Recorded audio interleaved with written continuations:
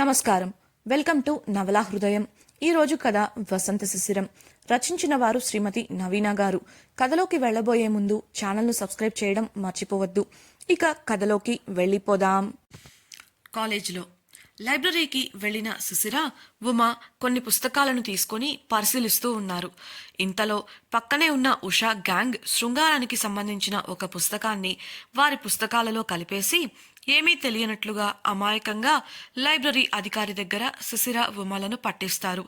శిశిర ఉమా ఎంత చెప్తున్నా వినకుండా, సీసీ కెమెరా కూడా చూడకుండా తప్పు తమదే అని నిర్ణయించి ఆఫీస్ రూమ్కి పదమని గద్దించాడు ఆ అధికారి. ఇక చేసేదేం లేక అతడితో వాదన వ్యర్థం అని తలచిన వారిద్దరూ కదలబోతుండగా శిశిరకు ఒక దృశ్యం కనిపించింది. ఉమ్మకు కళ్లతోనే ఆ దృశ్యాన్ని చూపించింది శిశిర. అది చూసిన ఉమ కోపంగా, ఇప్పుడు చెప్తాను వీళ్ళ సంగతి అని మూతి బిగించి ఊహించని విధంగా ఉష చేయి పట్టి లాగి వెనక్కి తిప్పి ఆమె టీషర్ట్ లోపల ప్యాంట్లో దూర్చిన పుస్తకాన్ని బయటకు లాగేసింది. అలాగే ఉష గ్యాంగ్లోని మిగతా వారి దగ్గర కూడా అలాగే ఉన్న పుస్తకాలను కూడా బయటపెట్టింది. ఆ పుస్తకాలు కూడా శృంగారానికి సంబంధించినవే. అకస్మాత్తుగా అలా జరగడంతో స్పందించే అవకాశం కానీ ఎదిరించే సమయం కానీ దొరకలేదు వారికి. అందరి ముందు దొరికిపోవడంతో అవమానంగా అనిపించి తలదించుకున్నారు. వారి దగ్గర అన్ని పుస్తకాలు దొరికేసరికి అందరూ విస్తుపోయి వారిని, పుస్తకాలని, ఆ అధికారిని చూస్తున్నారు. విషయం తేటతెల్లం అయిపోయింది. ఉమా శిశిరలు ఆ అధికారిని సూటిగా చూసేసరికి అతడికి చిన్నతనంగా అనిపించింది. ఉమా కోపంగా చేతిలోని పుస్తకాన్ని బల్లకేసి విసిరికొట్టి, ఇప్పుడు కూడా మాది తప్పంటారా అని అడిగింది.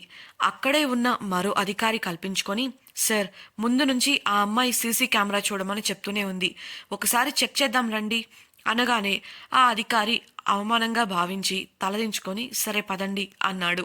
వారు అలా మాట్లాడుకుంటుండగానే నిదానంగా పారిపోవాలని చూసిన ఉషా గ్యాంగ్ని శిశిర ఉమలు అడ్డగించారు. ఎక్కడికి పారిపోతున్నారు? మమ్మల్ని ఇరికించాలని చూసి మీరే ఇరుక్కుపోయారు. సార్, వీళ్ళనెలా వదిలి వెళ్ళనిస్తారు అని ఉష చేయి పట్టుకొని చూపిస్తూ గట్టిగా అందరికీ వినపడేలా అంది ఉమ. లైబ్రరీ సిబ్బంది వారిని కూడా ఆఫీస్ రూమ్కి దోషులుగా తీసుకెళ్లగా ఆ అధికారి సీసీ కెమెరా పరిశీలించి శిశిర ఉమ తప్పులేదని నిర్ధారించుకున్నాడు.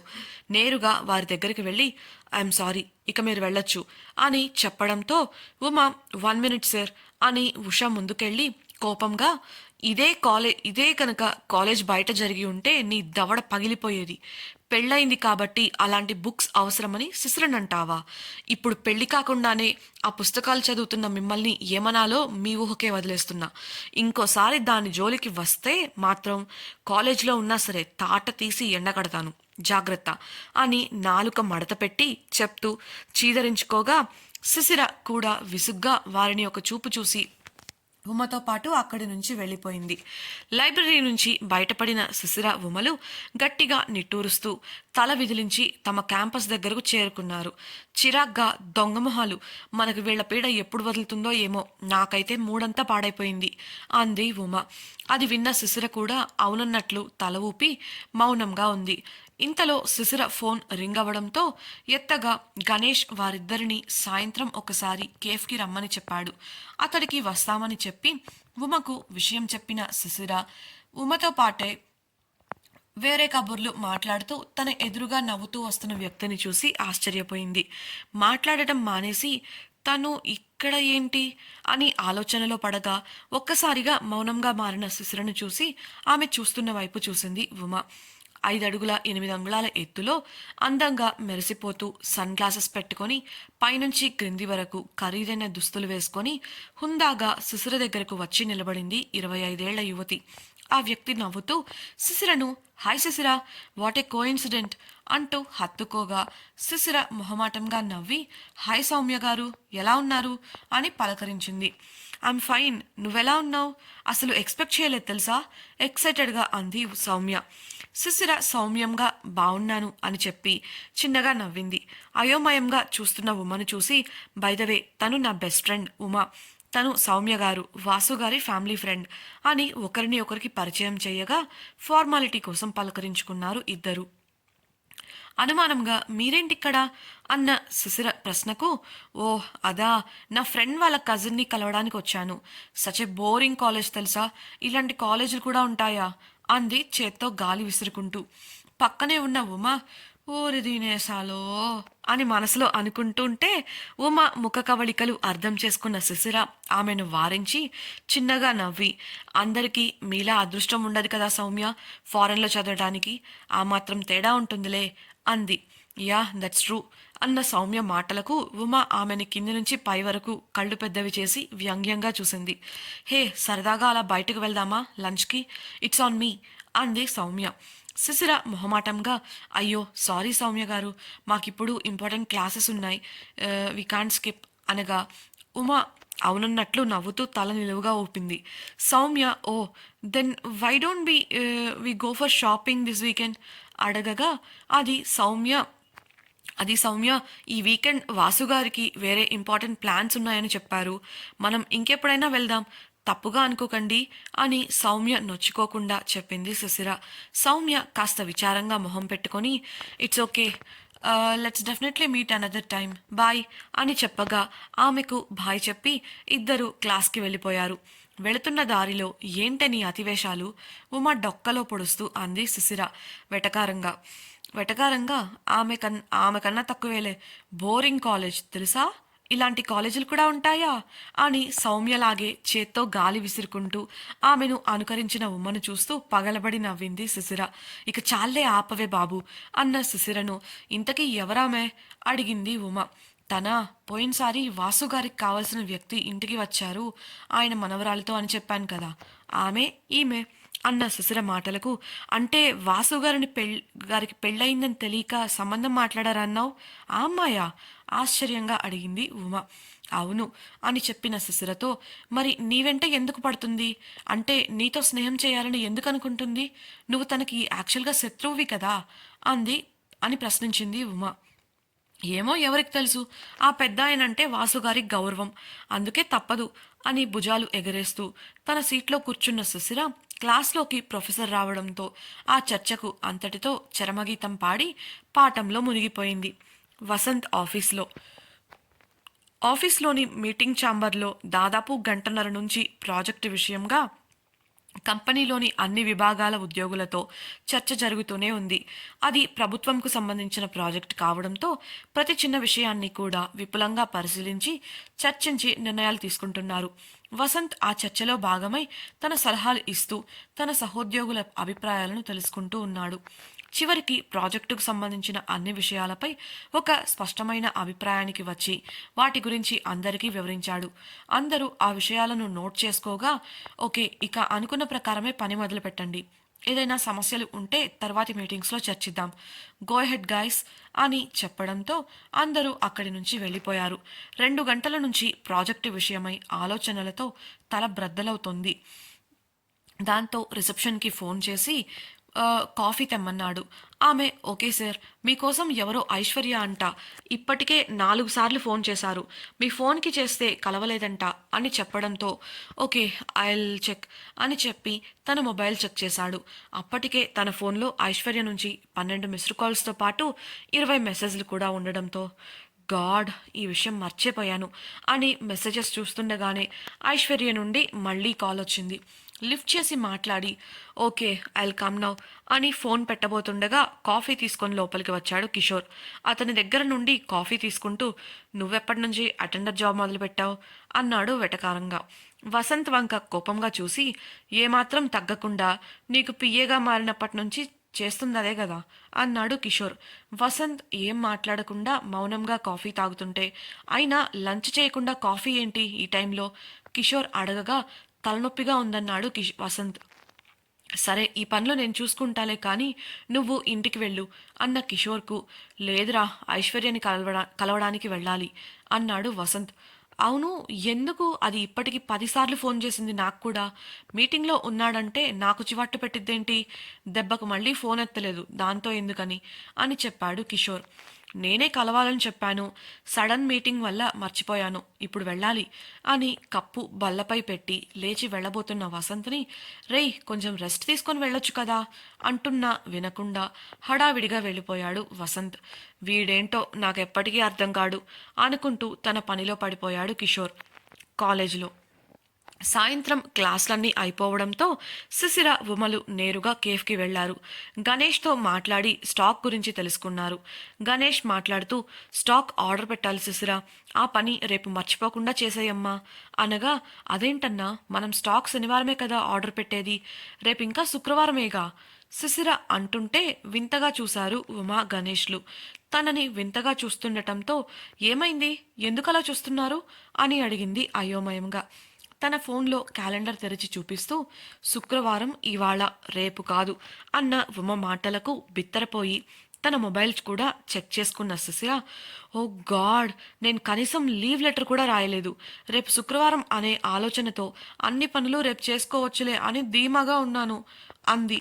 ఆ లీవ్ లెటర్ ఏదో ఇప్పుడు రాసేయ్, దాని గురించి ఎందుకు అంతలా ఆలోచిస్తున్నావు అన్న ఉమా మాటలకు, అందరికీ గిఫ్ట్స్ తీసుకోవాలని అనుకున్నాను ఉమా, మొదటిసారి కలుస్తున్నాను కదా, వట్టి చేతులతో వెళ్తే ఏం బాగుంటుంది అడిగింది శిశిర. ఓ దాని గురించా, నువ్వన్నది నిజమే, మరి ఇప్పుడెలా అని అడిగిన ఉమా ప్రశ్నకు ఆలోచనలో పడింది శిశిర. కాసేపటి తర్వాత ఏదో ఆలోచన తట్టి, ప్రస్తుతానికైతే ఒక మార్గం దొరికింది అని చెప్పి గణేష్కి, అన్నయ్య స్టాక్ చెక్ చేశాను, నేను ఆర్డర్ పెట్టేస్తాను అని చెప్పి టైం చూసుకుంటూ, నువ్వు కూడా రావుమా, మళ్ళీ కార్ వస్తే కుదరదు అంటూ ఉమని లాక్కొని 5 నిమిషాల్లో ఫామ్ హౌస్కి చేరుకుంది శిశిర. లోపలికి వెళ్ళగానే ఏం ఆలోచించావే అని అడుగుతూ ఉమ అనుసరించగా శిశిర వాళ్ళ రూమ్లోని కబోర్డ్లో జాగ్రత్తగా ఉంచిన ఒక పెద్ద సైజ్ చెక్క పెట్టెను బయటకు తీసింది. A1 పేపర్ కొలతలతో 2.5 అంగుళాల ఎత్తుతో ఉంది ఆ పెట్టె. దాని దుమ్ము దులిపిన శిశిర పైన ఉన్న బట్టను తీస్తుండగా, నువ్వు ఖచ్చితంగా దీన్ని తీసుకెళ్లాలని అనుకుంటున్నావా, ఆంటీ ఎన్నిసార్లు అడిగినా నువ్వు దీన్ని తనకి ఇవ్వలేదు కదా సంశయంగా అడిగింది ఉమ. అందుకు శిశిర సమాధానమిస్తూ, అవును, కానీ ఇప్పుడు నాకు మరో అవకాశం లేదు కదా, ఇప్పటికిప్పుడు మంచి బహుమతి అంటే నాకు మంచి బహుమతులు ఎక్కడి నుంచి వస్తాయి, అందులో ఇదొక్కటే, మిగతా వాటి గురించి వెళ్ళగానే ఒకసారి వాసు గారితో మాట్లాడాలి అంది శిశిర. ఇది నీ దగ్గరికి ఎలా వచ్చిందంటే ఏం చెప్తావు అన్న ఉమ ప్రశ్నకు, చిన్నప్పుడు పోటీల్లో గెలుచుకున్న విషయమే చెప్తాను అని సమాధానం ఇచ్చింది శిశిర. సరే నీ ఇష్టం అని చెప్పి ఆ పెట్టెను ఇంకాస్త శుభ్రం చేయడంలో శిశిరకు సాయం చేసింది ఉమ. ఆ తర్వాత కారు రావడంతో శిశిర ఆ పెట్టెను కారులో జాగ్రత్తగా పెట్టుకొని ఉమకు లీవ్ లెటర్ ఇచ్చి బాయ్ చెప్పి బయలుదేరింది. దారిలో తాను ఇంటికి వెళ్ళాక చేయాల్సిన పనుల జాబితాను సిద్ధం చేసుకుంది. అందులో మొదటిది ఇంటికి వెళ్ళగానే వాసుతో మాట్లాడటం అయితే, రెండవది అతని కుటుంబ సభ్యులను గురించి తెలుసుకొని వారికి ఎటువంటి బహుమతులు ఇస్తే బాగుంటుంది అని చర్చించడం. ఆ తర్వాత ఆలస్యమైనా పర్వాలేదు అని బయటకు వెళ్ళి కావాల్సినవి కొనాలని నిర్ణయించుకుంది. ప్రేమనివాసం ఇంటికి చేరిన శిశిర ఫ్రెష్ అయ్యి క్రిందికి వచ్చి వాసు రాక కోసం ఎదురు చూస్తూ కూర్చుంది. అతడికి కాల్ చేయబోగా 2-3 సార్లు బిజీ అని రావడంతో అలాగే ఎదురు చూడాలని నిర్ణయించుకుంది. ఇంతలో బయట కార్ ఆగిన శబ్దం వినిపించి సింహద్వారం వంక చూసిన ఆమెకు ఫోన్ మాట్లాడుతూ లోపలికి వస్తూ కనిపించాడు వాసు. ఆమె అతని కోసం ఎదురు చూస్తుంటే అతడు మాత్రం ఆమెను పట్టించుకోకుండా హడావిడిగా తన గదికి వెళ్ళిపోయాడు. నిజానికి ఫోన్ మాట్లాడుతుండటంతో అతడు ఆమెను చూసుకోలేదు. అతను వెళ్ళిపోగానే నీరసంగా సోఫాలో కూలబడింది శిశిర. గదిలోకి వెళ్ళిన వసంత్ ఫోన్లో, చూడు ఐశ్వర్య, నువ్వేం చేస్తావో నాకు తెలీదు, నేను చెప్పినవి చేసి అనుకున్నవి సమయానికి నాకు అందించాలి అని నిక్కచ్చిగా చెప్పాడు. రేయ్, నువ్వు ఇన్ని ప్రణాళికలు వేస్తున్నావు, రేపు నీ గురించి తెలుసుకున్నాక కాదంటే ఏం చేస్తావు అని అడిగింది ఐశ్వర్య. ఆ ప్రశ్నకు వసంత్ గొంతు మూగబోయింది. అతడి పరిస్థితిని అర్థం చేసుకున్నట్లుగా, సర్లే, నిన్నిష్టపడిన వాళ్ళు ఎవరుంటారులే కానీ ఎలాగో అవన్నీ సిద్ధం చేసి పంపిస్తాను, ఎక్కువగా ఆలోచించకు అని చెప్పి ఫోన్ కట్ చేసింది ఐశ్వర్య. తనలో ఉన్న అనుమానాన్ని ఐశ్వర్య అలా బయట పెట్టడంతో వసంత్ మనసులో ఇంకా కలవరం ఎక్కువైంది. ఒకవేళ నిజంగానే తన గురించి తెలిసాక శిశిర దూరంగా వెళ్ళిపోతే అన్న ఆలోచన అతని క్షణం కూడా నిలవనివ్వలేదు.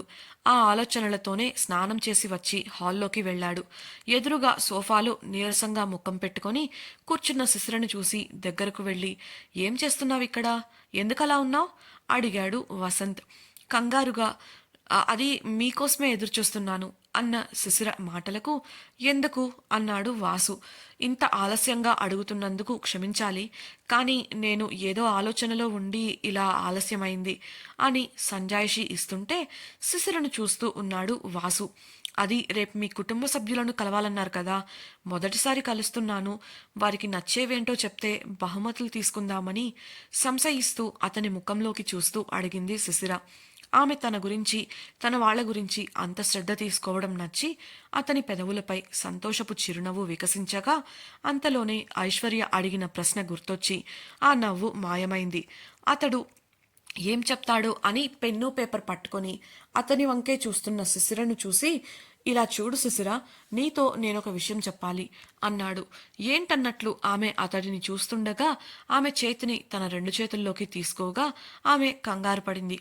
అయినా ఎదురించకుండా అతడు ఏం చెప్తాడో అని చూస్తుండగా, నా కుటుంబం విషయంలో నువ్వు చూపించే బాధ్యతకి నాకు చాలా సంతోషంగా ఉంది.